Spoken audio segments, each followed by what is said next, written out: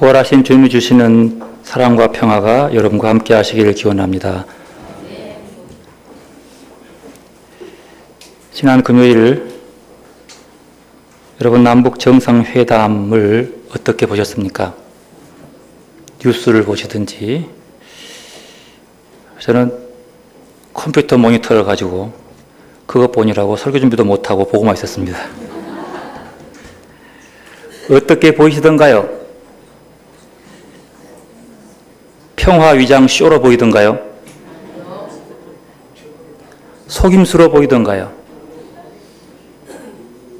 가만히 보니까, 자세히 보니까 이 나라를 통째로 북께 넘겨준 것처럼 보이던가요?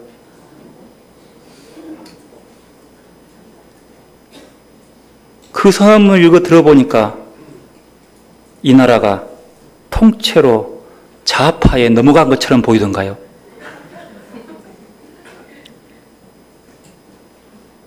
희망이 없는 나라처럼 보이던가요? 아니면 정말로 평화를 위해서 나름대로 진실하게 접근하려고 애를 쓴 것처럼 보이던가요?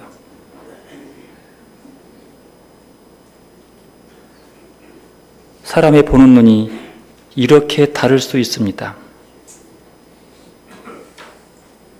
외눈박이라서 그렇게 했다는 그 사람들이 외눈박입니다.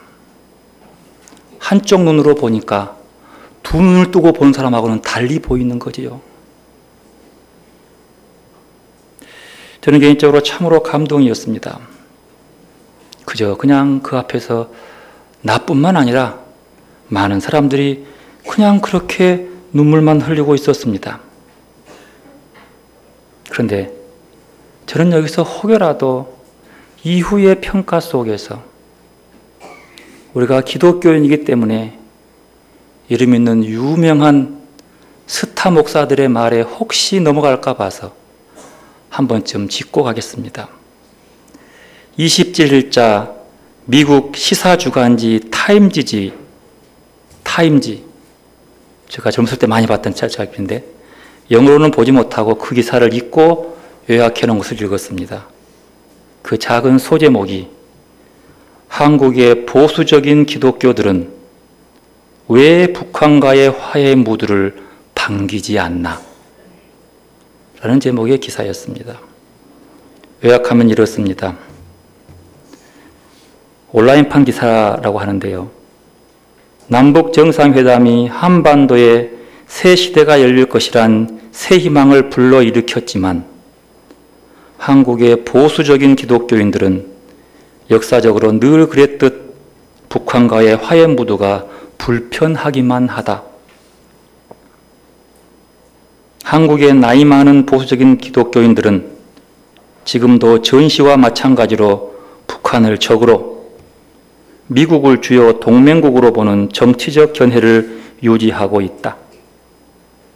한국 전쟁이 끝난 후 한국인들은 미국을 구세주로 미국의 종교인 기독교를 힘과 부의 근원으로 보게 됐다.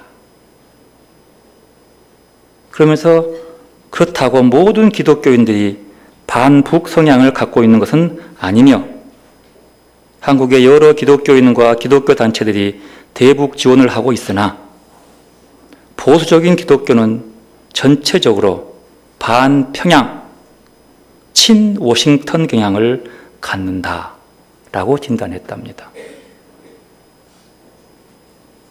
여러분, 우리가 믿는 기독교의 하나님은 미국에 살다가 우리나라에 들어온 분이 아닙니다. 우리가 믿고 있는 하나님은 미국에 있다가 우리나라로 들어오신 분이 아니라는 거예요. 그분은 천지를 창조하시는 분이고 우리를 처음부터 이 땅에 숨을 쉬게 하고 호흡하게 하고 삼천리반도 금수광산을 만들고 살게 하신 분이십니다. 죄악으로 얼룩진 우리에게 구원의 길을 주신, 그리고 평화로 우리에게 다가오시는 평화의 주관자이고 역사의 주관자이신 그런 하나님입니다. 머노아 하와이 대학교 해리슨 킴 교수는 이렇게 말했답니다. 보수 기독교인들의 문 대통령에 대한 견해는 매우 비판적이다라면서 그들은 문 대통령을 북한의 꼭두각시 또는 북한 지도층을 위해 무엇이든 포기할 수 있는 친북으로 여긴다 라고 평가했답니다. 그는 더 말하기를 이명박은 한국 보수 정당뿐만 아니라 보수 기독교를 대표했다. 한국의 전체적인 기독교 지형은 극우 경향을 띠게 되었고 부와 권력을 쥔 한국의 특권 집단이 이들 교회와 연합하게 됐다. 그러면서 지금 조용하게 된 것은 자기들이 예수 믿어 대표를 여겼던 이명박과 박근혜가 감옥에 가 있기 때문에 입만 다물고 있다라고 얘기합니다. 여러분 그렇습니까? 우리가 믿는 예수님은 평화주의자이십니까? 아니면 적대주의자이십니까? 원수를 미워하고 물리치기를 원하는 것이 예수님입니까? 아니면 평화를 외치기 위해서 원수를 사랑하신 분이 예수님입니까? 외국 기자들도 두 정상의 만남을 보고 박수도 치고 눈물도 흘리는 것을 보았습니다. 대부분 나라들이 잘 되기를 바라는데 그런 논평을 내는데 한마디 칭찬도 없이 그저 해대는 한 민족의 한 핏줄 흐린다는 사람들이 왜 그럴까? 왜냐하면 그들은 평화 통일되면 가장 손해볼 사람들이기 때문에 그렇습니다. 그리고 그날 내내 저에게 떠오르는 분은 고 문익환 목사님이었습니다. 그분을 기억하고 그분의 상상력을, 그분의 애언자적 능력을 한 번쯤 생각해 보게 되었습니다. 그분은 76년 진주 감옥에서 그가 마지막 시라고 쓴 시 중에 일부를 발췌하면 이렇습니다. 나는 죽는다. 나의 스승은 죽어야 산다고 하셨지. 그 말만 생각하자. 난 오늘 또 죽음을 산다. 어느 분은 문 목사님을 시인이라기보다는 시를 살아낸 사람이라고 말합니다. 예언자는 말씀을 전달하는 사람일 뿐만 아니라 그 말씀을 살아낸 사람들이었습니다. 그리스도인들은 그리스도의 말씀을 듣고 외우고 암송하는 것이 아니라 그 말씀을 살아낸 자들이 그리스도인이라고 합니다.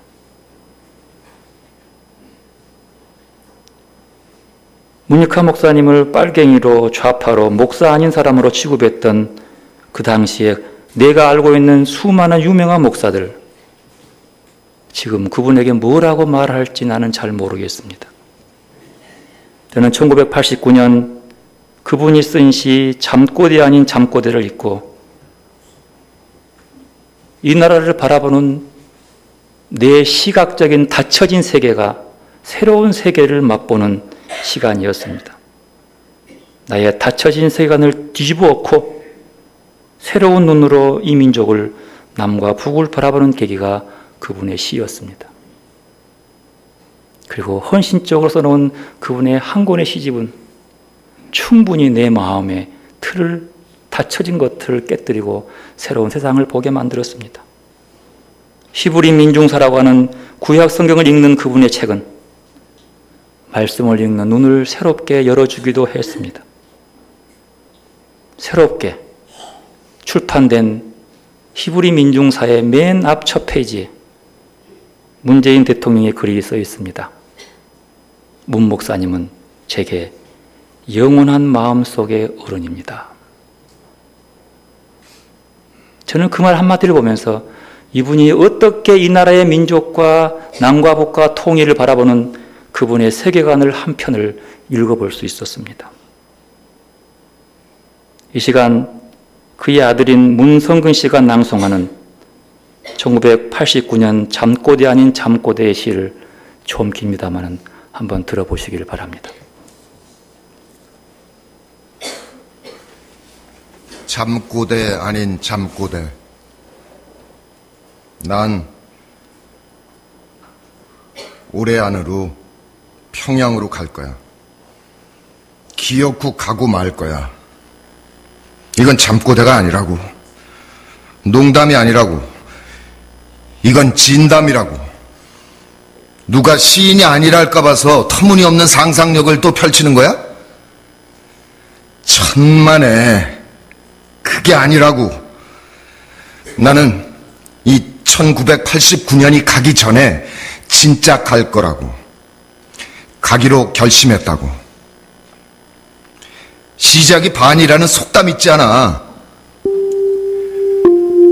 모란봉에 올라 대동강 흐르는 물에 가슴 적실 생각을 해보라고. 거리거리를 거닐면서 오가는 사람 손을 잡고 손바닥 온기로 회포를 푸는 거지. 얼어붙었던 마음 풀어버리는 거지. 난 그들을 괴뢰라고 부르지 않을 거야. 그렇다고 인민이라고 부를 생각도 없어. 동무라는 좋은 우리말 있지 않아? 동무라고 부르면서 10살, 20살 때로 돌아가는 것이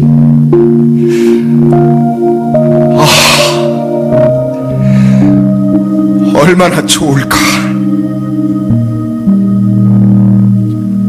그땐 일본 제국주의 사슬에서 벗어나려고 2천만이 한 마음이었거든. 한 마음. 그래, 그 한 마음으로 우리 선조들은 당나라 100만 대군을 물리쳤잖아. 그 한 마음으로 7천만이 한결애라는 걸 확인할 참이라고. 오가는 눈길에서 화끈하는 숨결에서 말이야. 아마도 서로 부둥켜 안고 평양 거리를 뒹굴겠지? 44년이나 억울하게도 서로 눈을 흘기며 부끄럽게도 서로 찔러 죽이면서 괴뢰니 주군이 하며 원수가 되어 대립하던 사상이니 이념이니 제도니 하던 신주단지들을 부셔버리면서 말이야. 뱃속 편한 소리 하고 있구만.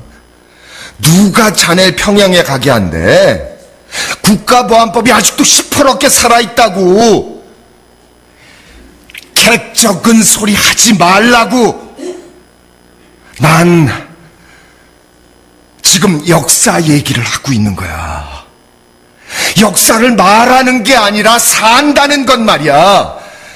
된다는 일, 하라는 일을 순순히 하고는 충성을 맹세하고 목을 내대고 수행하고는 훈장이 나타나는 일인 줄 아는가? 아니라고. 그게 아니라고. 역사를 산다는 건 말이야. 밤을 낮으로, 낮을 밤으로 뒤바꾸는 일이라고. 하늘을 땅으로, 땅을 하늘로 뒤엎는 일이라고. 맨발로 바위를 걷어차 무너뜨리고 그 속에 묻히는 일이라고. 넉마는 살아 자유의 깃발로 드높이 나부끼는 일이라고. 벽을 문이라고 지르고 나가야 하는 이 땅에서 오늘 역사를 산다는 건 말이야.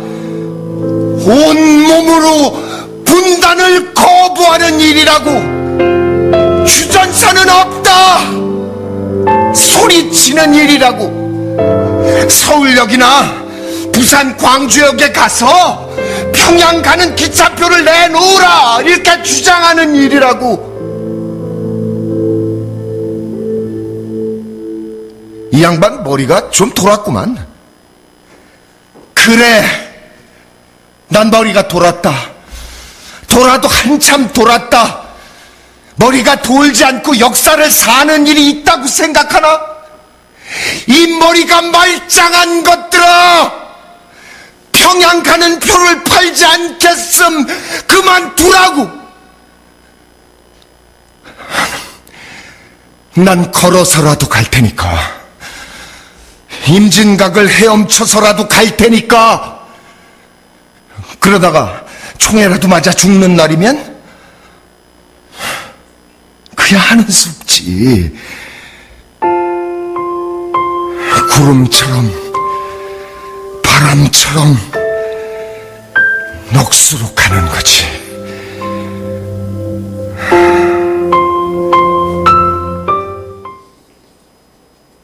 이 시를 쓰고 문익화 목사님은 정말로 평양을 갔습니다. 그리고 돌아와서 국가보안법에 의해서 감옥에 갇히죠. 혹자는 이번 남북 정상회담을 상상보다 현실이 더 앞서갔다라고 평가합니다. 여러분, 새로운 역사는 새로운 상상력으로서만 가능합니다. 우리의 평화에 대한 상상이 현실이 되는 그 꿈을 문익화 목사님의 잠꼬대 아닌 잠꼬대가 현실이 되는 이 나라가 되었으면 하고 바랬던 그 소원들이 한 발짝 그분의 잠꼬대가 현실이 되어가는 것 같아 마음에 뭉클함과 기쁨도 함께 있었습니다. 평화는 이런 평화의 꿈쟁이들의 꿈을 통해서만 이루어집니다. 어쩌면 하나님이 그런 꿈을 통해서 이 나라의 역사를 이끌어 가시는 것이 아닐까 저는 생각해 봅니다. 요셉의 꿈은 하나님이 주신 것이라고 볼 수 있었는데 그만 그 꿈 때문에 요셉은 곤욕을 치릅니다. 팔려가고 감옥에도 가고 죽음의 고비를 넘깁니다. 그런데 그런 와중에서 모두 그가 주님의 뜻을 이루는 초석이 되는 것을 봅니다. 꿈이 이루어진 어느 순간 돌아보며 하나님이 요셉과 함께 하시니라고 말합니다. 그런 와중 속에서도 끊임없이 요셉은 하나님과 소통하면서 그것을 이루어 갑니다. 그와 마찬가지로 남북의 평화의 통일을 꿈꾸며 번영을 꿈꾸며 교류를 시작한 이것이 저는 하나님의 뜻이라고 믿습니다. 하나님이 이루어 가시는 길로 보입니다. 그래서 감사하고 감격스럽습니다. 이렇게 꿈을 꾸게 하시는 하나님이 그 꿈을 이루어 가시는 것에 가만히 바라보면서 그분께 찬송과 영광을 드리며 우리가 마음으로 몸으로 그분의 뜻에 순종해야 하겠습니다.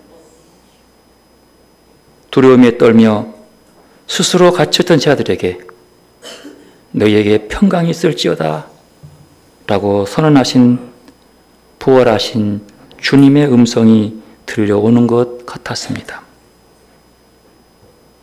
부활의 주님이 이 땅에 오셔서 새롭게 해줄 줄로 믿고 기도했습니다. 주님 오셔서 이 땅을 새롭게 하십시오. 주님이 주관하셔서 새 역사를 써가 주십시오. 평화로 그리고 하나됨으로 이 백성이 그 평화의 길을 따라갈 수 있게 해달라고 기도했습니다. 오늘 요한복음 15장의 말씀은 우리가 잘 아는 포도나무 비유입니다. 너무 알다시피 포도나무는 예수님이고 그 나무를 손질하는 농부는 하나님이십니다. 그리고 우리 신앙에는 그 포도나무의 가지라고 하는 비유적인 설명입니다. 이 비유를 예수님께서 언제 말씀했을까? 그 인생의 주기로 보면 예수님께서 이 땅을 이별하긴 고별 설교의 일부분으로 보여집니다. 1절 보면요, 참 재밌어요. 나는 참 포도나무요, 내 아버지는 농부라. 나는 포도나무야 하면 될 걸 왜 참 포도나무라고 했을까요? 퀴즈. 왜 예수님은 나는 참 포도나무라고 했을까요? 어느 때가 참 포도나무가 필요하죠? 어느 때가 참이 필요해요? 거짓이 있을 때 참 필요한 거예요. 이 말 속에서 보면 뭐예요? 거짓 포도나무가 있다는 거예요. 포도나무는 포도나무인데 가서 보니까 가짜야.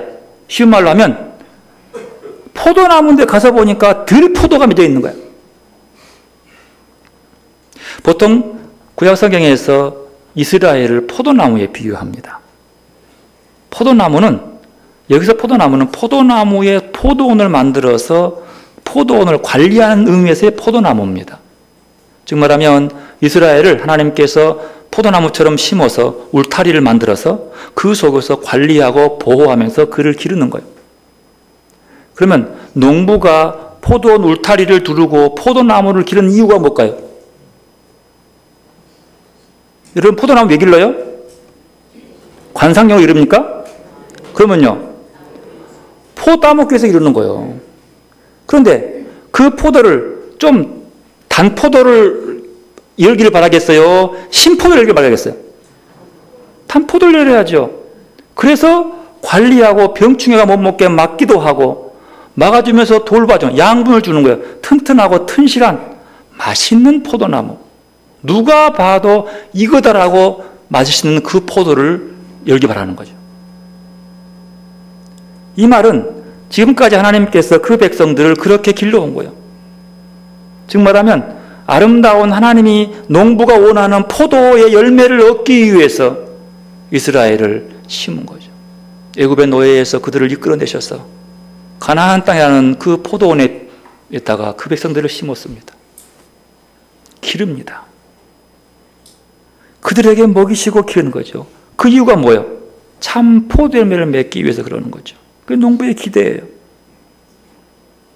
그래서 이스라엘이 그 땅에 살아가면서 악인들의 꾀를 따르지 아니하고 죄인들에게 서지 아니하고 오만한 자의 자리에 앉지 아니하고 오직 야훼 하나님의 말씀을 율법을 즐거워하고 그 율법을 주야로 묵상하면서 살아가는, 그래서 시냇가에 심은 나무가 철을 따라 열매를 맺는 것처럼 그렇게 하기를 기대하고 그를 심은 거예요. 말씀으로 여러 가지 기적으로 돌봐주시는 거예요. 비록 강대국의 틈바구니에 끼어있는 작은 나라 백성이지만 그 강력한 군사력에 의지하지 않고 기름진 생산 환경에 의존하지 않고 오직 야훼 하나님의 말씀을 의지하고 꽃 피우고 열매 맺는 그런 나라를 기대했었을 것이라고 어느 분은 추측해요. 정말 통해요. 그랬을 거라고. 그런데 언제부턴가 이스라엘이 자기 나라의 경제적 부흥과 외적인 힘을 과시하기 위해서 하나님의 통치보다는 왕을 세워달라고 부르짖습니다. 그래서 이 나라가 풍요하고 강대국이 되게 해달라고 소원한 겁니다. 그때부터 그들은 이방 나라와 같이 포도나무의 열매에 들포도를 맺기 시작합니다. 들포도는 그 포도를 기르시는 농부신 하나님의 목적과 원하는 포도가 아닌 다른 포도를 맺게 되는 거예요. 오직 야훼 하나님의 말씀을 의지해 꽃 피우고 열매 맺는 그런 나라를 원했는데 그 나라가 아니라 정치적, 경제적, 군사력을 의존해서 풍요를 꿈꾸다가 심지어 그들은 그것을 꿈꾸면서 우상들에게까지 풍요를 구걸하는 속물로 변해버려. 타락한 그들. 그것이 전부라고 옳다고 믿으면서 그 거짓된 포도 열매를 맺기 위해서 자르고 기르고 참 포도나무로 열매를 말하는 자들을 없애는 순간들을 해왔어요. 그래서 하나님께서 그게 아니다. 농부인 내가 너희를 먹이고 기르고 보호하는 목적은 참 포도나무의 열매를 맺어야 되는데 그 포도 열매가 뭐냐라면 바로 내가 보낸 누구? 예수다. 예수의 모습은 그들을 기르시고 먹으시는 그 가짜 거짓된 포도 열매를 맺는 그들에게 참 포도나무 이거야라고 보니 이 열매를 맺으란 말이야 그 말이야. 그 열매를 맺기 위해서 너희들이 바라봐야 할 게 있다. 지금까지 너희들의 노력으로는 못 맺은 거예요. 그 열매를 맺기 위해서 그리스도의 본을 보이면서 말합니다. 나는 포도나무요 너희는 가지라고. 주님 말해요. 내가 참 포도나무인데 얘 열매는 가지에서 맺는데요. 이 포도나무에 잘 붙어 있으면 열매를 맺게 된다는 거죠. 이 말은 주님과 나와의 일치를 얘기하는 거예요. 그리스도가 우리를 불러서 그 안에 붙이는 이유는 신포도가 아니라 들포도가 아니라 참 포도 열매를 맺기 위한 거라. 그 포도의 열매를 맺도록 붙여놓은 그것. 그 속에서 우리를 도와올 필요가 있어요. 여러분, 우리는요, 복음의 말씀을 바라볼 때에 사람은 언제나 자기의 계획과 목적을 가지고 들여다봅니다. 내게 유익된 거 없나? 내게 교훈된 것 없나? 그렇게 들여다보면은 복음이 전하는 이야기가 주는 세계를 보지 못하는 거예요. 즉, 복음서를 말씀을 읽으면서 어떤 교훈 하나 얻어가지고 우리를 위해 유익하게 활용하겠다는 계획으로 말씀에 접근하면 우리는 우리가 계획했던 그리고 예상했던 교훈을 복음서에서 얻을 수는 있어요. 내가 원하는 건 얻을 수 있어요. 말씀이 있기 때문에. 그리고 스스로 만족할 수는 있어요. 하지만 그 말씀의 복음에서 예수님으로 말미암아 열려진 새로운 세계로 우리를 인도하고 있는 과정은 보지 못하는 거예요. 주님이 우리에게 보여주는 그 나라는 보지 못하고 내가 원하는 것만은 볼 수 있어요. 우리가 계획한 대로 한 수 배웠다는 성취감은 있을지 몰라도 복음이 열어주는 하나님 나라의 현실은 보지 못하게 되는 거예요. 오늘 복음은 나무가지가 나무에서 수액을 받아서 나무가 생명을 살아내는 것처럼 우리도 예수님과 연결되어서 그분의 생명을 배워서 살아야 한다는 가르침이라고 우리는 많이 배웠습니다. 맞습니다. 우리 자신만을 챙기며 사는 생명에서 탈피해서 예수님이 보여주시는 생명을 받아 살라는 초대라고 어떤 분은 말합니다. 여러분, 예수님이 사신 생명은 무슨 생명이에요? 하나님 나라의 생명이에요. 즉 하나님의 일을 실천하여 하나님이 우리의 삶 안에 살아가게 하시는 생명, 그 생명을 살라는 거예요. 예수님의 생명에서 발생하는 삶의 특징은 다른 사람의 아픔을 함께 아파하는 생명입니다. 우는 자와 함께 울고 죄진 자를 용서하시고 불쌍히 여기는 마음, 가련하게 여기는 마음, 하나님이 우리를 향한 그 마음, 그것이 예수님의 생명이 발생하는 거죠. 예수님은 당신의 성공하기 위한 계획을 세운 일이 없습니다. 예수님은 유대교 기독권층의 총애를 받아 종교 지도자들로서의 출세의 길을 가려고 계획을 세우지 않았습니다.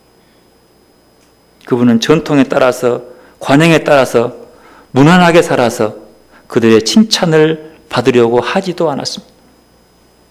오직 주님이 소중히 여긴 것 딱 하나, 하나님 아버지의 원하시는 길, 하나님 아버지의 성품, 자비로우심, 불쌍히 여기심. 이것은 어느 것에도, 어느 것 하나에도 양보하지 않습니다. 하나님에 대한 분명한 신앙 고백적 확신은 유대교 사회가 예수를 외면하고 핍박하고 공격했지만 주님은 그런 마음속의 아픔들을 가슴에 품지 않았습니다. 그것을 품지 않고 오직 그 마음에 하나님 아버지의 성품인 자비하심으로 그 속에 맺힌 한들을 풀어냈습니다. 그리고 여전히 그 마음의 삶으로 사람들을 대하고 만납니다. 인간은 자기 생명을 위해 끊임없이 계획하고 골몰합니다. 예수님은 그런 어떤 계획도 없이 하나님의 생명의 진실을 따라 그저 살아갔던 분, 앞을 보지 않고 그저 말씀으로 오늘을 살았던 분, 마치 문익환 목사가 국가보안법을 뻔히 알면서도 38선을 넘어갔다가 왔다는 분, 알면서도 왜? 그게 누구 건데? 신앙 고백의 모습은 그런 거죠. 8절의 말씀 보면 이렇게 말합니다. 너희가 열매를 많이 맺으면 내 아버지께서 영광 받으실 것이요. 열매를 많이 맺으면 우리가 계획해서 획득하고 명예나 권력, 영광, 내가 계획해서 얻는 것, 가지가 원하는 열매를 맺는 열매는 엄밀히 말하면 예수 안에 머물러 있지 않는 모습입니다. 그것은 떨어진 열매예요. 가지요. 예수님의 삶을 배워 하나님의 생명의 열매를 맺으라는 말씀은 그 안에 머물라는 말씀인 거죠. 머무름이 뭘까? 오늘 4절에 보면은요. 내 안에 거하라 나도 너희 안에 거하리라. 여기서 거하다는 머물다 그 뜻이에요. 여러분이 머물라 하는 말은 오늘 4번 나와요. 4절, 5절, 6절, 7절 다 나옵니다. 5절 그가 내 안에 내가 그 안에 거하면 사람이 열매를 많이 맺나니 나를 떠나서는 너희가 아무것도 할 수 없습니다. 6절 사람이 내 안에 거하지 아니하면 7절 너희가 내 안에 거하고 내 말이 너희 안에 거하면 머무름이라는 것을 반복해서 말합니다. 즉 그리스도와 연합한 상태에서만 비로소 열매 맺을 수 있다고 합니다. 그 열매는 뭐예요? 가지가 원하는 열매가 아니라 무슨 열매요? 농부이신 하나님이 원하시는 열매를 맺는다는 거예요. 우리는 종종 주님 안에 거한다는 말은 주님 안에 거하면 내 소원 성취 만사 형통할 거라고 믿는 경우들이 많이 있어요. 그렇지 않습니다. 붙어있는 것만으로 전부가 된 게 아니에요. 붙어있어 중요한 것이 아니라 열매가 중요해요. 유대인들은 하나님의 말씀이 붙어 있었어요. 그러나 열매가 뭔 포도예요? 들포도야. 내가 원하는 열매는 그 내게 심겨지고 부름받고 인도하시는 그 농부가 원하는 열매를 맺어야 되는 거예요. 그 열매를 따라가는 거죠. 자, 그러면 여기서 주님 안에 머문다는 말이 주님 안에 머문다는 상태는 어떤 상태일까요? 이제 알아야죠. 뭐가 주님 안에 머무는 것인가? 이러면 뭐가 되겠어요? 어떤 목사님의 설명은 이랬어요. 십자가 안에 거하고 부활 앞에 거하고 승천에서 하나님 우편에 앉아있는 것까지 포함해서의 거한다. 우리가 거하는 십자가가 포함된 씨자가와 부활과 하나님 우편이 함께 이렇게 우리 마음이 그곳에 머물러 있을 때에 그곳에 하나님의 생각이 씨가 주어진다고 얘기합니다. 하나님의 생각의 씨, 즉 하나님의 뜻, 하나님의 계획의 씨가 심겨진다고 하는 거예요. 하나님의 뿌려놓은 생각의 씨, 하나님의 계획과 의도하는 씨가 자라서 그 씨가 열매를 맺어야지 되는 것이죠. 그러면 8절에 하나님께서 영광을 받을 것이요. 뭘 보고 영광 받은 거예요? 가지가 원하는 휘황찬란하고 놀라운 세상을 깜짝 놀라야 하는 열매가 아니라 그 나무를 씨를 뿌리고 그 마음에 씨를 심어서 그 생각에 하나님의 생각에 씨가 자라서 열매를 맺는 그 열매를 보고 영광을 받는다고 하는 거예요. 그 열매. 어떻게 하면 그 생각이 주어지는 걸까요? 내가 세상을 향해서 죽어야 합니다. 주님의 십자가를 붙잡고 세상에서 빠져나오는 거예요. 즉 말하면 그 씨앗에 머물러 있습니다. 속에서 그 씨앗을 바라보고 주님 안에 머문다는 것은 뭐냐면 이렇게 해석해요. 사업의 문제 때문에 걱정거리가 있을 때에 그 마음이 사업에 매몰되어 있다가 그곳에서 빠져나와서 깊이 빠지지 않고 그 속에서 그 문제 속에서 주님의 십자가를 붙잡고 주님 안으로 들어오는 것을 주님 안에 거한다고 하는 거예요. 주님 안에 머무면 문제가 없는 게 아니라는 거죠. 문제가 생겨요. 자식의 문제도 생기고 육신의 병의 문제도 생기고 암도 걸리고 그래요. 그러면 이런 중한 병에 걸리고 큰 문제가 생기면 어때요? 완전히 그곳에 빠져 헤매는 거예요. 그런데 그곳에 빠져 헤매다가 그곳에서 그냥 뒹군 것이 아니라 그곳에 빠진 다음에 뭘 봐요? 주님의 십자가를 붙잡는 거예요. 그리고 다시 주님 안에서 얻는 부활 주시는 평강의 유로를 받고 나오는 거예요.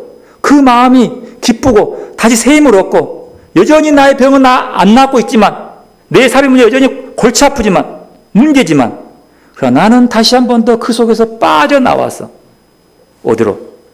주께 주시는 평안함으로 그 안에 머물기 위해서 나오는 그 마음, 그 생각, 그것이 주님 안에 머무른 하나의 형태라고 하는 거죠.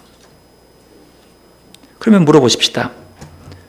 우리가 주님은 포도나무고 우리는 가지인데 이 가지가 주님 안에 붙어서 많은 열매를 맺는데 그 열매가 가지가 원하는 열매가 아니라 누가 원하는?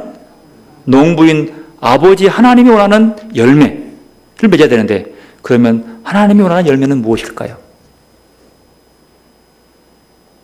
무슨 열매를 맺어야지 하나님이 기뻐하고 영광을 받으실까요?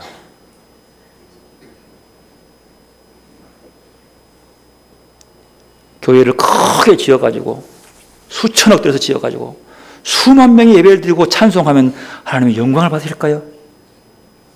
그건 누구 계획이요? 가지인 그 사람의 계획이요. 성경은 그렇게 말한 적이 없어요.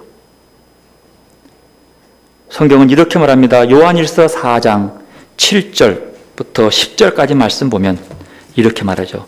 사랑하는 자들아 우리가 서로 사랑하자. 사랑은 어디에? 하나님께 속한 것이니 사랑하는 자마다 하나님을 알고 하나님부터 나와서 하나님을 알고 9절 하나님의 사랑이 우리에게 이렇게 나타난 바 되었으니 하나님이 자기의 독생자를 세상에 보내심은 그로 말미암아 우리를 살리라 하심이라. 하나님이 원하시는 열매는 뭐예요? 사랑입니다. 왜요? 하나님이 사랑이시기 때문이에요. 하나님이 사랑이시기 때문이에요. 가지가 포도나무에 속해 있듯이 사랑은 하나님께 속해 있습니다. 우리가 맺을 열매는 하나님이 원하는 사랑을 나누는 거예요. 부활한 주님이 스스로 무서워서 두려움에 떨어서 스스로 자기를 가두어 버리는 제자들이 와서 말합니다. 뭐랍니까? 너희에게 평강이 있을지어다. 그 열매가 평강입니다. 그 열매를 맺고 그 어두운 방에서 뛰쳐나와서 예수의 부활을 외치면서 열매를 맺기 시작하는 겁니다. 그 열매를 맺으면 영광은 하나님께 돌려진다는 자리. 여러분, 주님의 가지가 주님의 인 포도나무에 붙어있는 것만이 완성이 아닙니다. 미완성이에요. 붙어있는 것만 되는 게 아니에요. 뭐가 필요해요? 열매가 필요해요. 아무리 붙어있어도 들 포도를 열면 농부가 기뻐하지 않아요. 주님이 원하는 열매 뭡니까? 사랑과 평화입니다. 나무에 떨어져 혼자 남는 가지는 말라 죽습니다. 세상에서 잘난 사람, 똑똑한 사람은 자기가 말라 죽은 줄도 모르면서 말합니다. 난 혼자서도 잘할 수 있다고. 난 혼자 할 수 있어요. 스스로 기만하고 있습니다. 혼자 할 수 있는 게 아닙니다. 주님께서 주시는 그 양분 따라 먹고 나는 세상적인 모든 관점을 버리고 그 양분으로 열매 맺는 자리. 잘해서 무엇이 될지에 대한 고민보다는 잘해야 한다는 생각에 사로잡혀서 스스로 자기를 짓누르고 억누르는 이런 답답한 현실. 버리고 내려놓고 비워내고 그리고 한번 숨을 돌이키고 내뱉어보면 또 누군가의 손을 잡고 가보라고, 누군가의 손을 한번 잡아주라고. 누군가는 말합니다. 내 안에 갇힌 습관에서 벗어나 새로운 세계로 향하는 해방의 맛을 좀 보라고. 힘든 세상 속에서, 짓눌림 속에서도 분명히 주님 안에 머물면서 뛰쳐나오는 것은 열매가 있게 되는 겁니다. 여러분, 농부신 하나님의 바라는 열매, 사랑과 평화의 열매를 맺으면서 주님의 제자들이 되시기를 바랍니다. 제자예요. 공동은 이렇게 말해요. 너희가 많은 열매를 맺고 내 제자가 되려면, 이렇게 말해요. 그러면 아버지께서 영광을 받으실 것이요. 주님의 제자가 되는 열매. 여러분 진정 어디에 속해 있습니까? 정말 내가 포도나무이신 주님에게 속한 가지인지 내 삶의 열매를 헤아려 보시기를 바랍니다. 내게서 사랑의 열매가 맺혀지는지, 평화의 열매가 맺고 있는지, 내 열매를 보고 하나님이 기뻐하시는지 사람이 기뻐하시는지 한번쯤 돌아보시기를 바랍니다. 그리고 다시 한번 기억하십시오. 나는 포도나무이신 주님에게 속해 있는 가지다. 그리고 이 열매는 농부신 아버지 하나님이 기뻐하시는 열매가 될 거라고 소망하고 바라보는 여러분들이 되시기를 바랍니다. 기도 나가십시다. 주님 안에 거하는 내 모습을 바라보는 시간 되시기를 바랍니다. 기도 나가겠습니다.